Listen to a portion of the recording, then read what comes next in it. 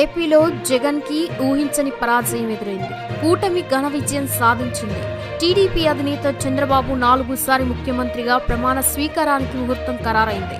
ఈ నెల 9న అమరావతితో చంద్రబాబు ముఖ్యమంత్రిగా ప్రమాణ స్వీకారం చేయనున్నారు. చంద్రబాబుతో పాటుగా పవన్ సైతం డిప్యూటీ సీఎంగా ప్రమాణ స్వీకారం చేస్తారని సమాచారం.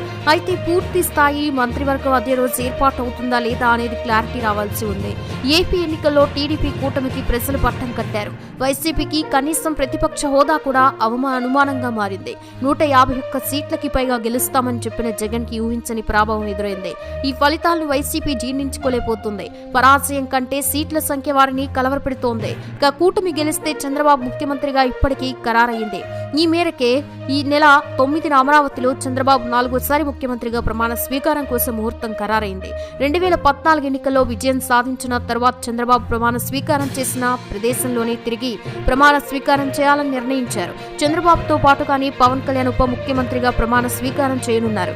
ఇదే సమయంలో కేబినెట్ కూర్పు పైన 3 పార్టీల నేతలు చర్చించిన తర్వాత కేబినెట్ బెర్తులు ఖరారు చేయనున్నారు. చంద్రబాబు ప్రమాణ స్వీకారానికి బీజేపీ కేంద్ర పెద్దలు సైతం హాజరు కానున్నట్టు తెలుస్తోంది.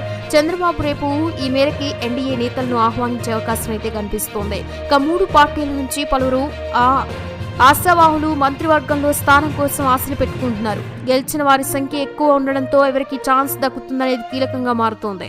3 పార్టీల నుండి కేబినెట్ లో అవకాశం కల్పించాల్సి ఉంది. అదే సమయంలో టీడీపీలోని సీనియర్ల నుంచి ఒత్తిడి ఉంది. దీంతో పాటుగా ప్రాంతీయ సామాజిక సమీకరణాలు కీలకంగా మారనున్నాయి. దీంతో చంద్రబాబు కేబినెట్ లో ఎవరికి ఛాన్స్ దక్కుతుందనేది ఆసక్తికరంగా మారుతోంది.